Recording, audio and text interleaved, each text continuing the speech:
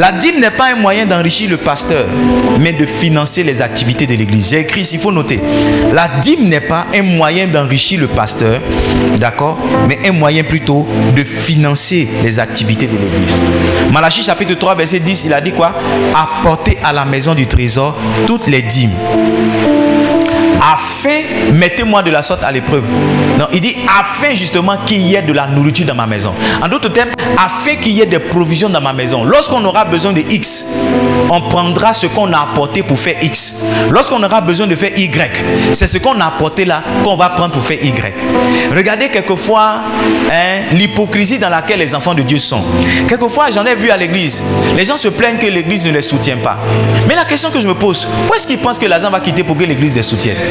C'est les dîmes que les gens envoient à l'église. C'est dans ça on peut prendre pour vous soutenir. Il dit apportez à ma maison vos dîmes pour qu'il y ait la nourriture. Donc ça veut dire qu'il ne peut pas avoir la nourriture s'il n'y a pas la dîme. Il ne peut pas avoir la provision pour qu'on soutienne quelqu'un s'il n'y a pas la dîme. Donc avant que quelqu'un se plaigne, est-ce que l'église doit me soutenir ou pas? Il doit se poser la question, est-ce que je suis quelqu'un qui provisionne la maison? Est-ce que je suis quelqu'un qui apporte la provision pour qu'en retour je puisse bénéficier du soutien? C'est une hypocrisie, c'est une mauvaise foi de demander l'assistance d'une église dans laquelle on ne donne pas sa dîme. Il y a d'autres églises encore qui ont établi les règles, qui ont dit que tu ne bénéficies pas de soutien aussi longtemps que ta fidélité dans la dîme n'est pas établie. Donc avant qu'on ne t'assiste dans quoi que ce soit, on va sortir les registres pour savoir est-ce que tu ajoutes dans tes dîmes. Voyez-vous, nous on n'est pas à ce niveau-là parce que j'estime que donner sa dîme, ne pas donner sa dîme à Dieu, c'est une chose personnelle. C'est la relation que quelqu'un a décidé d'avoir avec Dieu. Je ne vais pas jouer les policiers, les superviseurs. Moi, mon travail, c'est d'apporter le message, apporter la compréhension et laisser quelqu'un être obéissant lui-même. Parce que j'ai appris que l'obéissance qui est contrainte dans la maison de Dieu ne rapporte rien. Ça veut dire que quelqu'un qui donne sa dîme sous la contrainte et quelqu'un qui ne donne pas sa dîme sont au même niveau. Parce que ce que Dieu bénit, c'est ce qu'on donne volontairement. C'est ce qu'on donne de son cœur. C'est ce qu'on donne avec joie. Donc si moi je te contrains à donner ta dîme, tu ne recevras pas de bénédiction. Et tu diras, j'apporte ma dîme, je ne vois rien. Parce que tu ne l'apportes pas la dîme. Tu n'apportes pas ta dîme volontairement. Tu ne l'apportes pas de bon cœur. Tu donnes ta dîme en murmurant. Tu donnes ta dîme en pleurant. La dîme, ce n'est pas un moyen d'enrichir le pasteur, mais de financer les activités. Vous devez savoir que tout ce à quoi vos offrandes servent ici, c'est de financer le royaume de Dieu. Amen. Deuxième chose que la dîme n'est pas, il faut noter que le retour de la dîme n'est pas forcément financier. Les gens veulent faire tontine avec Dieu. Seigneur, j'ai donné 10 000 francs cette année, ce mois-là, si mes 10 000 francs de ma dîme. Donc, si tout le monde a donné sa dîme, je vais récupérer. C'est pas ça, tontine, c'est pas ça. Tout le monde donne et puis tu récupères. Ne venez pas vous jouer les plus rusés avec Dieu. Non. Si, lorsque vous donnez votre dîme à Dieu, la seule chose à laquelle vous attendez, c'est de l'argent, ça veut dire que votre cœur n'est pas pur. Parce que Dieu peut vous donner autre chose que l'argent. Yeah. Dieu peut donner l'intelligence à tes enfants à cause de ta fidélité dans la dîme. Dieu peut t'ouvrir des portes à cause de ta fidélité à la dîme. Yeah. Dieu peut te donner des connexions.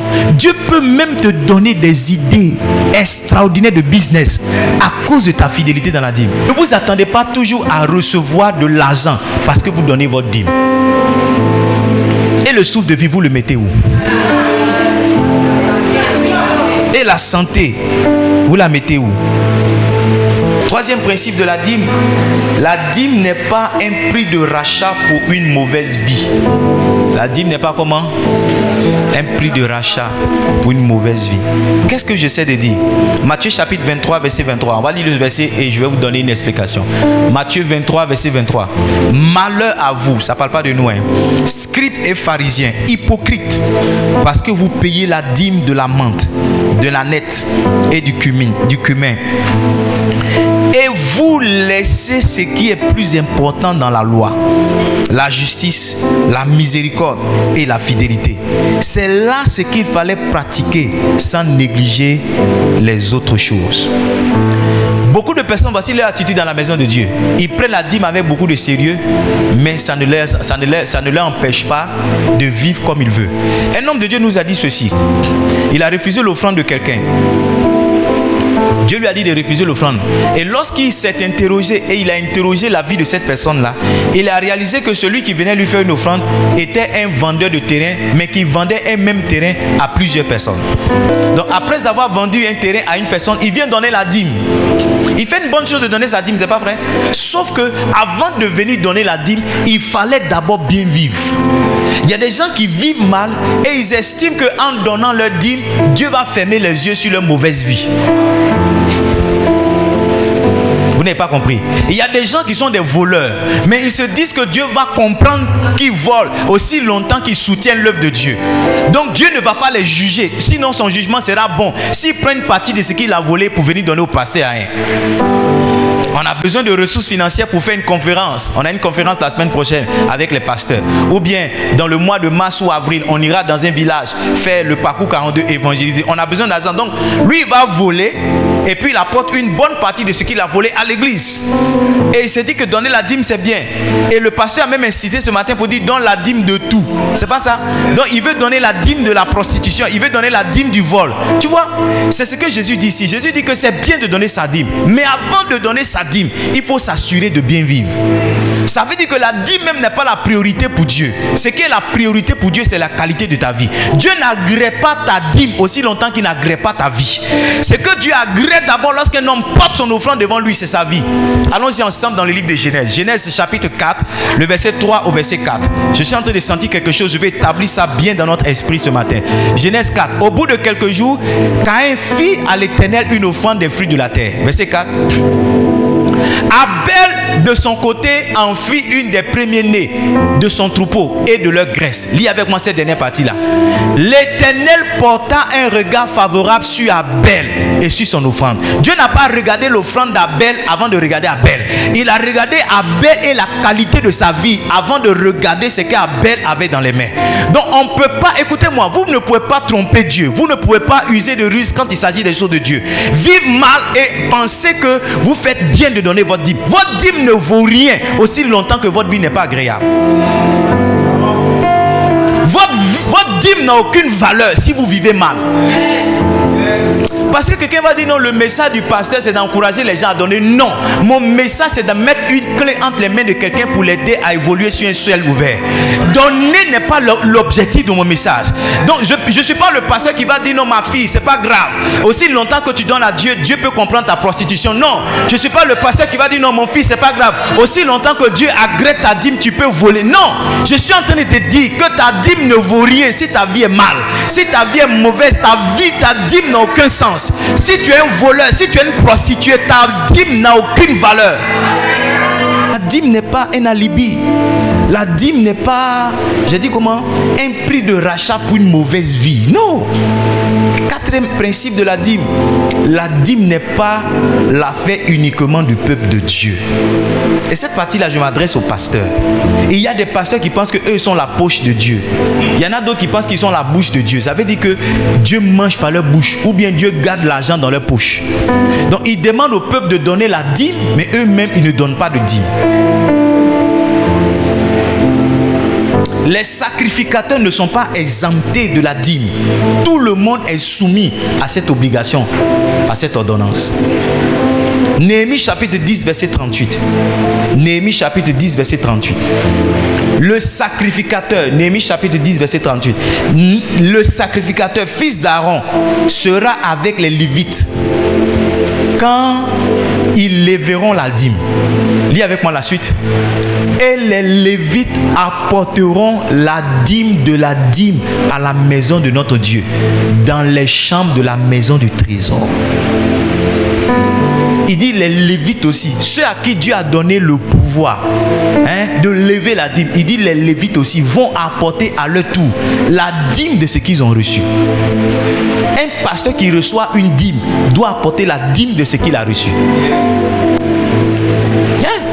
Un pasteur qui reçoit une offrande doit apporter la dîme de l'offrande qu'il a reçue. Un pasteur, je reprends, qui reçoit un salaire doit apporter la dîme du salaire qu'il a reçu. Je vous assure, si vous voyez un pasteur qui éprouve des difficultés financières, Il y a de fortes raisons qu'il ne soit pas sur le chemin de Dieu. Parce que la provision se trouve toujours dans la voie que Dieu nous a donnée. Mais il y a aussi de fortes raisons qu'il n'est pas quelqu'un qui est fidèle dans ses dîmes et dans ses offrandes. Et il y a de fortes raisons que ce pasteur ne soit pas fidèle dans ses dîmes et ses offrandes. Et il y a des pasteurs qui pensent que donner là, c'est l'obligation des enfants. Eux, ils ne doivent pas donner. Beaucoup de pasteurs ne donnent pas. Quand on va dans les conférences internationales avec nos pères de la Côte d'Ivoire, il y a des enveloppes qu'on lance. On dit qu'il veut donner $10,000. $10,000, c'est à peu près 6,5 millions. Je connais des pères ici dans cette nation qui se lèvent, qui prennent enveloppe $10,000, pas une seule fois. Quand vous voyez des gens qui sont bénis là, ne pensez pas que ce sont des voleurs. Ce sont d'abord des donneurs. Ce sont des donneurs. Et les hommes de Dieu qui appliquent le message de donner sont des hommes de Dieu que Dieu rend prospères. Dieu rend prospère. Il y a des gens ici, Dieu n'a jamais dit à quelqu'un de te donner quelque chose. Quelqu'un n'est jamais venu vers toi pour dire non, le Seigneur m'a dit de te donner quelque chose. Au contraire, tu prends ton téléphone pour agresser les gens toujours. J'ai besoin de ceci, j'ai besoin de cela. Non, tu dois te poser la question, pourquoi? Ça veut dire que, tu vois, si Dieu n'a jamais dit à quelqu'un de venir te donner quelque chose, ça veut dire que soit Dieu ne te connaît pas, soit tu n'as jamais fait ce qu'on fait pour que quelqu'un dise, Dieu dit de faire ça. Mettez Dieu à l'épreuve. C'est pas ce qu'il a dit. Il dit, mettez-moi de la sorte à l'épreuve et vous verrez. Cette année, sois fidèle dans ta dîme. Et si le 31 décembre 2025, ta vie financièrement n'a pas changé, viens. Moi, je suis plus pasteur ici. Viens. Si cette année, essaie d'être fidèle dans tout ce que Dieu va te donner là. Dis, j'enlève 10% pour donner à Dieu. Et je vais voir si le message que le pasteur aide-moi à prêcher est vrai. Et c'est ça. Tu vas venir ici rendre témoignage. Tu vois, quelquefois, et peut-être que je reviendrai là-dessus, quelquefois on s'est dit que ce qu'on a n'est pas suffisant pour donner la dîme. Souvent, quelqu'un se dit non, ce que j'ai, ce n'est pas beaucoup pour que je donne la dîme. En d'autres termes, mes problèmes sont plus que ce que je reçois. Donc, mon argent même n'est pas beaucoup. Comment je vais encore enlever la dîme? Ce que tu ne sais pas, c'est que c'est parce que tu ne fais pas ça que tes problèmes s'augmentent. Si tu es dans ce cas de figure-là, que tu n'es pas quelqu'un qui donne sa dîme, que tes problèmes sont finis, viens me dire, j'ai arrêté d'être pasteur. La seule chose qui va arriver, c'est l'augmentation de tes problèmes.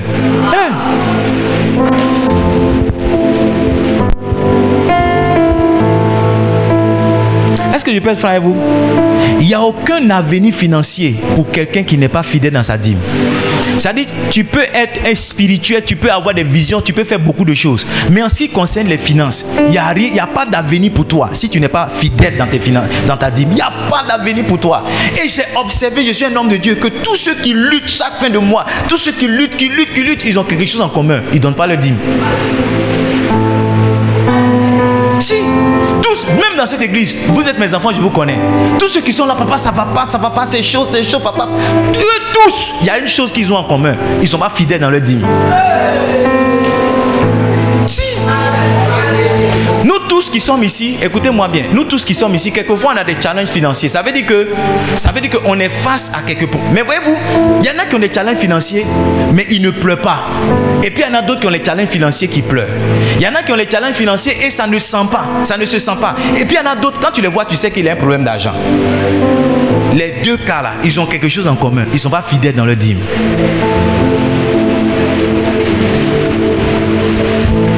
Vous ne répondez pas. Ils ne sont pas fidèles dans la dîme.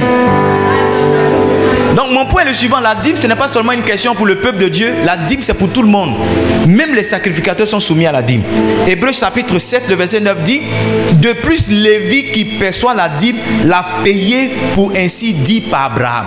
Lévi lui-même là, la Bible dit que lorsqu'Abraham donnait la dîme à Melchisedec, Lévi aussi était en train de payer la dîme. En d'autres termes, suivez-moi bien cher pasteur, tu n'as pas le droit de prélever une dîme si tu n'es pas quelqu'un qui donne dîme. Je vais descendre, pasteur Diane, excuse-moi. Un pasteur n'a pas le droit de prélever une dîme s'il ne donne pas la dîme. Est-ce que je peux vous choquer? Quelquefois, vous apportez des semences et vous ne voyez pas le retour de vos semences parce que vous avez planté dans une mauvaise terre. Et si tu ne donnes pas, tu n'as pas l'autorité de dire aux gens de donner. Le jour où vous voyez quelqu'un qui dit aux gens de donner que les gens ne répondent pas, ça veut dire que lui-même ne donne pas. Parce que tu penses que comme les gens ne te voient pas ne pas donner, toi tu peux les blaguer pour dire venez donner. C'est faux, ça ne marche pas. Il y a le livre des souvenirs où il est marqué que toi tu ne donnes pas. Donc quand tu viens t'arrêter pour dire, c'est pourquoi quelqu'un peut être dans un endroit, il dit donner, personne ne donne. Et puis un autre vient, il dit donner plus. Même endroit là, les gens donnent plus. Vous allez voir même, souvent il y a quelqu'un qui dit on va cotiser, personne ne l'écoute. Parce que lui-même ne cotise pas. Et puis il y a un autre qui vient, on va cotiser, tout le monde le suit pour cotiser. Vous ne savez pas, je vous dis le secret. Celui qu'on ne suit pas là, il n'a pas l'autorité. Spirituellement là, on ne le reconnaît pas. Il dit Jésus je connais, Paul je connais, vous qui êtes-vous? C'est pas suffit de dire non, sors au nom de Jésus puis la personne va partir. Non, tu dois être reconnu dans le ciel et dans l'esprit comme une autorité. Mes fils pasteurs, vous qui êtes là, si vous n'êtes pas fidèle dans la dîme, vous n'avez pas autorité pour prendre dîme. Si vous n'êtes pas fidèle dans les dons, vous ne pouvez pas vous arrêter pour dire non. Donc vous serez frustré parce que les gens ne vont pas vous écouter. Est-ce que vous savez que c'est Dieu qui touche le cœur pour que quelqu'un réponde favorablement à votre appel? Est-ce que vous le savez? Quelqu'un peut avoir 100 millions sur lui. Et puis tu dis non, on a besoin de 1 million pour... Tu as pleuré, il ne va rien donner. Et puis quelqu'un peut avoir 2 millions. Souvent même 1 seul million. Tu vas dire non, on a besoin d'1 million pour faire quelque chose. Tu vas dire non, j'avais ça, j'avais prévu. Mais pendant que tu parlais, mon cœur a été touché. Je viens donner. Beaucoup pensent que c'est dans la belle voix, c'est dans la manière de parler que l'argent vient. Non. Il y a une autorité spirituelle qui t'a été conférée qui fait que les gens peuvent te suivre.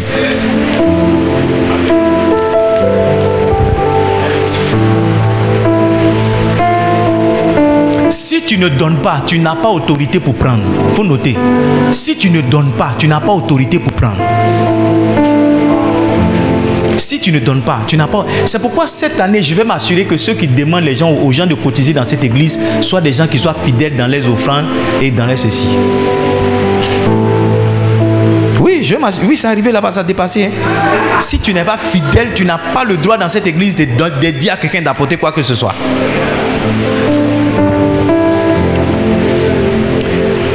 Qu'est-ce qui se passe quand vous ne donnez pas votre dîme? Première chose qui se passe quand vous ne donnez pas votre dîme. Malachie chapitre 3 verset 8. Un homme trompe-t-il Dieu? Car vous me trompez. Et vous dites en quoi t'avons-nous trompé? Dans les dîmes et dans les offrandes. Quand tu ne donnes pas ta dîme là, tu trompes Dieu, tu trompes les hommes. Est-ce que vous savez que les païens, quand ils rentrent, quand ils se promènent comme ça, ils vous calculent, vous tous, ils vous calculent, ils font comme ça.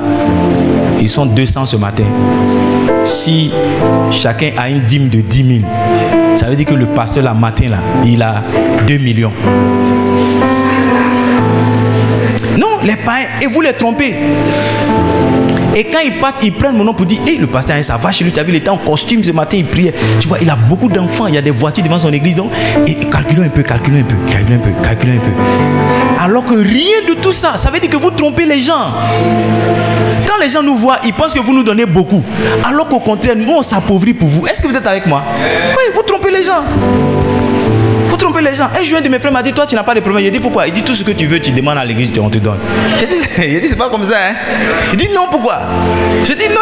Il dit, non, tout ce que tu veux. Si tu veux manger tout le suite du riz, il suffit que tu dis, non, tu veux manger du riz, quelqu'un va préparer. Il dit, c'est pas comme ça. Hein? Il te trompe. Il y a plein qui me raquettent dedans. Oh.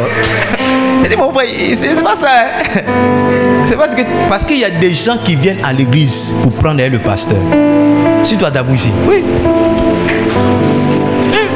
Et les gens ne viennent pas dimanche. Vous n'avez pas idée. La dernière fois quelqu'un est venu dire non, pasteur, et mon projet de vente, il dit il veut vendre quoi même.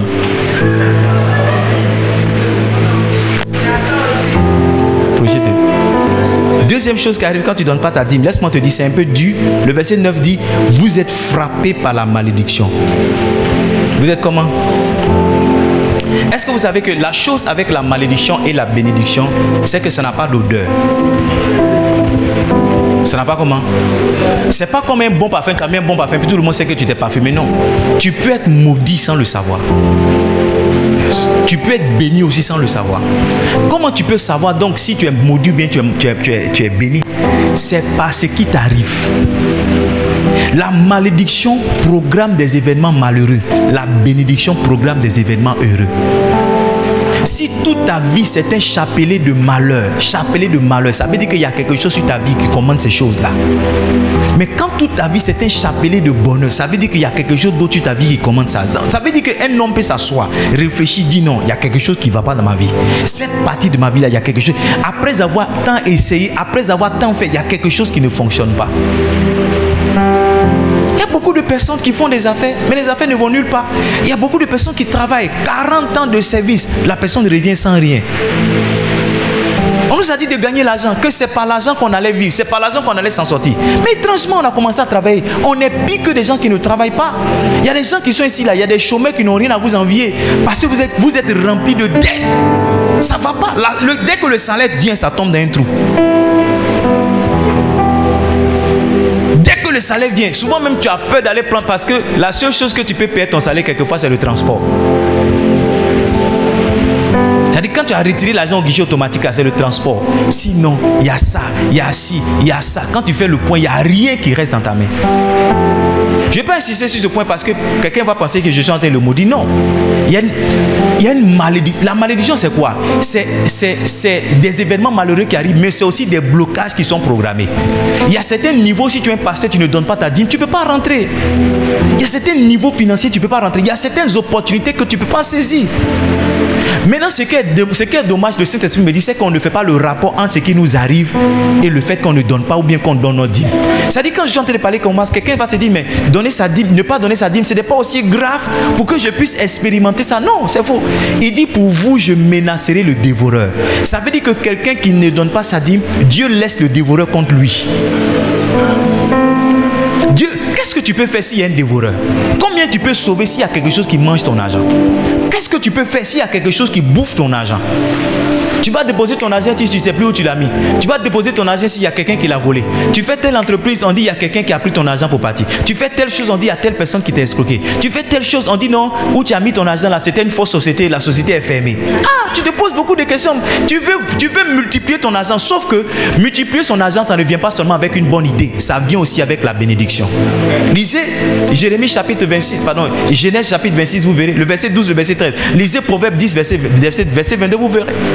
La multiplication de l'argent, ça ne vient pas seulement avec une bonne idée d'investissement, ça vient aussi avec la bénédiction. Si la bénédiction ne t'a pas accompagné, quels que soient les efforts financiers que tu fais, ça ne te mènera nulle part. Je t'assure, un engagement que tu dois avoir, une résolution que tu dois avoir en cette année 2025, c'est d'apporter à la maison du trésor tes dîmes.